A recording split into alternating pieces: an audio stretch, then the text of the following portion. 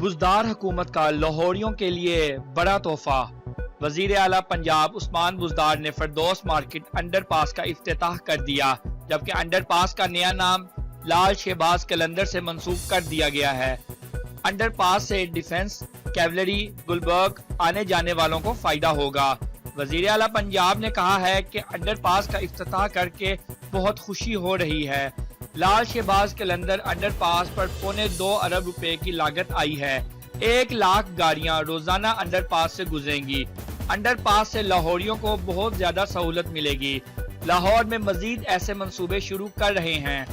عثمان بزدار کا کہنا تھا کہ دکھی انسانیت کی خدمت کے لیے عوام کے ساتھ کھڑا ہونا پڑتا ہے۔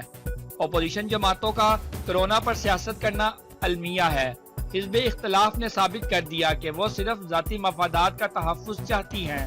یہ وقت سیاست سے بالاتر ہو کر قومی مسئلے پر اکٹھا ہونے کا ہے۔